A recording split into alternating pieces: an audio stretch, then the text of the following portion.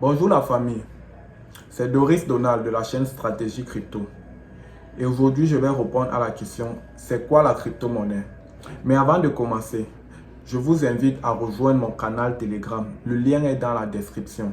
Dans ce canal, j'y partage des actualités relatives au monde de la crypto. J'y partage aussi des idées de formation. Parce que pour ceux qui veulent vraiment se lancer dans ce monde de crypto, c'est très important d'être formé. Abonnez-vous aussi à ma chaîne YouTube, partagez cette vidéo. Ceci est dit, je ne suis pas un conseiller financier et cette vidéo n'est pas un conseil financier. Bon, on va entrer dans le vif du sujet après le générique. Je blague, je n'ai pas encore de générique. La crypto-monnaie est un actif numérique virtuel qui repose sur la technologie de la blockchain à travers un registre décentralisé et un protocole informatique crypté. Sa valeur dépend grandement de l'offre et de la demande. Il n'a pas besoin d'un tiers de confiance tel que les banques centrales comme dans la finance traditionnelle pour approuver une transaction. À ce jour, il existe plus de 19 000 crypto-monnaies dans le monde et les plus populaires sont le Bitcoin et l'Ethereum. La blockchain est une technologie qui nous permet de stocker et de transmettre des informations de manière transparente, sécurisée et sans organe central de contrôle. C'est très important. Pour mieux vous expliquer, je vais prendre l'image d'un très grand cahier où nous tous nous avons accès librement et gratuitement. Dans ce cahier, nous pourrons écrire ou ajouter des informations. Mais il nous sera impossible d'effacer ou de modifier ce qui a déjà été écrit. C'est un peu en quelques mots un résumé du fonctionnement de la blockchain. Ne vous inquiétez pas, je vous ferai une vidéo complète pour mieux vous expliquer comment la blockchain fonctionne en plus de détails. Au début des années 90, un groupe de personnes, aujourd'hui connues sous le nom des cypherpunks, créa une liste de diffusion dans laquelle se trouvaient les adresses mail de plusieurs personnes qui partageaient une certaine vision en commun. Ils discutaient de la société, de politique et d'informatique, etc. Pour eux, l'une des principales idées était que la société se porterait beaucoup mieux sans gouvernement ou sans puissance centralisée. Pour eux, l'anonymat et le respect de la vie privée étaient très importants. Bien avant le Bitcoin, il y avait plein d'idées pour une monnaie numérique. Les plus notables ont été le B-Money de Whitehide en 1998 et le BitGold, toujours de la même année. Le 31 octobre 2008, Satoshi Nakamoto publie le white paper du Bitcoin. Il y explique le fonctionnement de la blockchain et du Bitcoin. Le 3 janvier 2009, il mine le premier bloc, connu sous le nom de Genesis Block.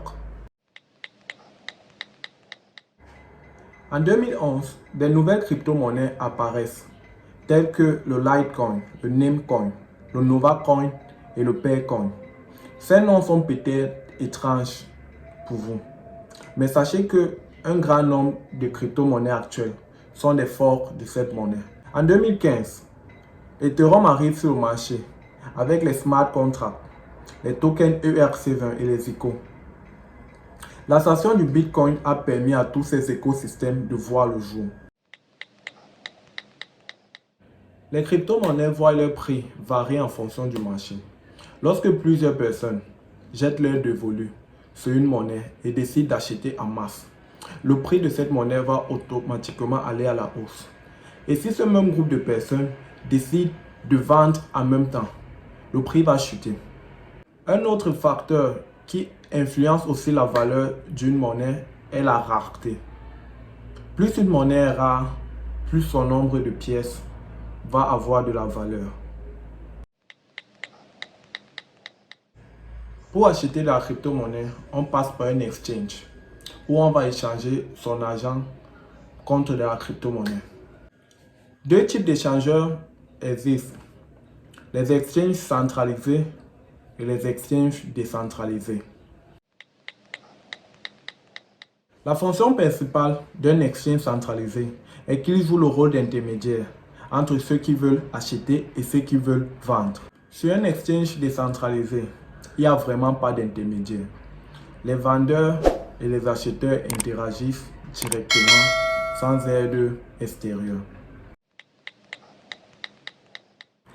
Sur un exchange centralisé, l'interface utilisateur est agréable et facile à utiliser. On y possède des outils sophistiqués pour faire du trading, pour ceux qui en font. Mais l'inconvénient est que l'exchange contrôle à peu près tout. Et du jour au lendemain, ils peuvent décider de vous bannir sans préavis. Comme exemple d'exchange centralisé, nous avons Binance, nous avons la plateforme Gate.io, nous avons la plateforme Hotbit, entre autres. Et comme exemple d'exchange décentralisé, nous avons PancakeSwap, nous avons Uniswap, etc. Il est possible d'acheter une fraction d'une monnaie. Ce n'est pas obligé d'acheter une pièce entière. Par exemple, un Bitcoin vaut entre 28 000 et 30 000 dollars. Il est possible d'acheter 50 dollars d'un Bitcoin. Dès lors que vous avez fait l'achat de vos monnaies, il est possible de le laisser sur vos échangeurs ou de le transférer vers un portefeuille. De manière assez répandue, un portefeuille est un appareil ou un programme dont la fonction est de gérer nos crypto-monnaies. Il permet de conserver, d'envoyer et bien sûr de recevoir des crypto-monnaies. En réalité, un portefeuille est un procédé de stockage des pièces de crypto-monnaies ou plus précisément des clés privées qui contrôlent ces pièces. On peut donc dire qu'en réalité, nos portefeuilles sont des porte-clés, vu que leur rôle principal sont de conserver nos clés privées. De cette manière, un compte sur un échangeur centralisé n'est pas un portefeuille, vu que vous ne détenez tout simplement pas vos clés. On peut séparer l'ensemble des portefeuilles en deux catégories distinctes. Les hot wallets, dits portefeuilles chauds, qui sont directement connectés à Internet lors de son utilisation. Et le cold wallet, dit portefeuille froid, qui ne le sera pas. Il est considéré de garder ou de stocker des gros montants de crypto sur un portefeuille froid. Vu qu'il offre une sécurité maximale, réduisant grandement la zone d'attaque pour un pirate informatique qui souhaiterait hacker votre portefeuille. Comme exemple de hot wallet ou portefeuille chaud, nous avons les portefeuilles que nous utilisons sur nos smartphones, comme Trust Wallet, MetaMask. Et comme exemple de cold wallet ou portefeuille froid, nous avons les clés Ledger Nano X ou X, entre autres.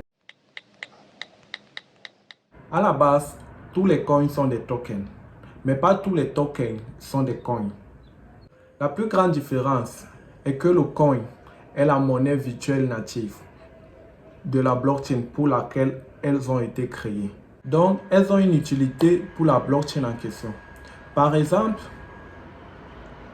le Bitcoin a été créé pour la blockchain Bitcoin, alors qu'un token s'appuie sur un réseau de blockchain déjà existant pour permettre aux utilisateurs de bénéficier de ses fonctionnalités. Par exemple, on a le Baby Doge qui existe sur la blockchain BEP20. Donc le Baby Doge est un token existant sur la blockchain BEP20 et aussi sur la blockchain ERC20. Donc le Baby Doge est un token. Les frais de transaction sont toujours payés dans la crypto-monnaie native de la blockchain utilisée. Par exemple, lorsque vous êtes sur la blockchain ERC20 et que vous voulez trader ou vendre un token, vous allez payer les frais en Ethereum. Il est de même lorsque vous utilisez la blockchain BEP20, vous allez payer les frais de transaction en BNB. Ou bien sur la blockchain de Solana, vous allez payer les frais de transaction en Solana. Jamais vous ne paierez les frais de transaction avec un token. Nous sommes arrivés au terme de cette vidéo. J'espère que vous avez appris un peu plus sur qu'est-ce qui étaient les crypto-monnaies et comment l'utiliser et les stocker. N'oubliez pas de laisser un pouce bleu à cette vidéo et de la partager. Et aussi de vous abonner à la chaîne pour des futurs contenus. Comme je vous ai dit dès le début, le lien de mon canal Telegram est dans la description. N'oubliez pas de le rejoindre. A plus pour de prochaines vidéos. C'était Doris Donald de la chaîne Stratégie Crypto.